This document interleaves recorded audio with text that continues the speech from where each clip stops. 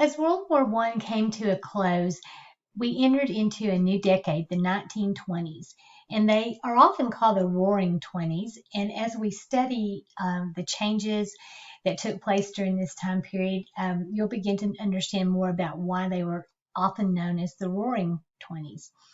We'll look quickly at some political changes during this time.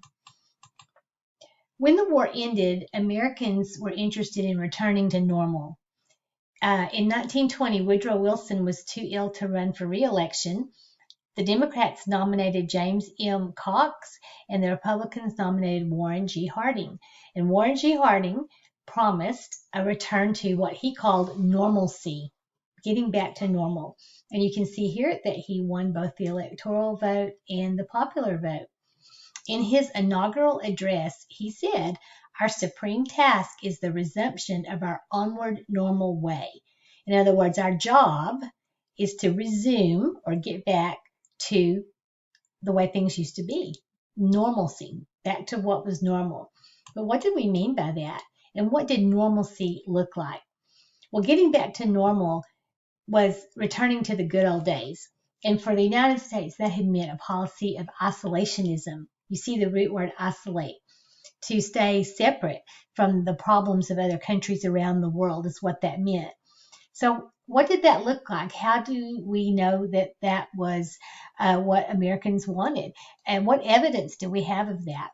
Well, we rejected the Versailles Treaty that ended World War I. We never ratified that treaty. Our Congress did not ratify that agreement. And we did not join the League of Nations. Remember, that had been one of President Wilson's ideas, and we didn't join it. So those were examples of how we chose to stay isolated and to not become entangled in other countries and with other countries. But changes will be just around the corner. In the 1920s, we're going to see some changes such as consumerism, technology, entertainment, and culture. Consumerism, the root word is consume. It means to use something up, to buy things, use them, and buy more. We'll see changes in technology, such as airplanes, automobiles, and electronics. We'll see an interest in entertainment, sports, and movies. And we'll see the development of a new culture that involved flappers, the jazz age, young people, and the lost generation. So what led to the prosperity of the 1920s? What enabled Americans to be consumers? What contributed to economic growth and prosperity? Well, one of the things that contributed to that was the assembly line. It was a manufacturing technique. It was perfected by Henry Ford. It led to improved efficiency. That means they could build more things more quickly. And when there are more products, the prices go down, lower prices. So you can see here this assembly line. These workers are working to produce some type of a product. And here we have a moving assembly line. This is an automobile. So more things being produced meant that prices would become lower. An unintended result of this was that skilled workers weren't as in demand. You didn't have to have a whole lot of skills to do this, okay, to work on the assembly line, these types of assembly lines. Well, with the prosperity that came, how were our social changes? What were some social changes and what were some cultural changes that we saw? Well, with mass production of goods, in other words, more goods and lower prices, we're going to see more advertising encouraging people to buy these things. So we're going to see mass consumption. We're going to see more and more people buying more and more things. And these ads over here show how, these are examples of the consumer culture and show how our values were changing. This right here is showing that if you just buy this makeup, you'll be instantly lovely. Notice the company is Maybelline. This ad shows that this safety razor is so safe that even a baby could shave with it. Don't you need a very safe razor like this? The Gillette brand and the Maybelline brands are still around today. This cartoon is showing an American woman who is consuming a lot of goods here. She's buying a lot of things, and her thoughts are more, more, more. And if she doesn't have enough money, look what she can do. She can buy on credit. So being able to buy on credit allowed more Americans to buy things, more expensive things, and more things.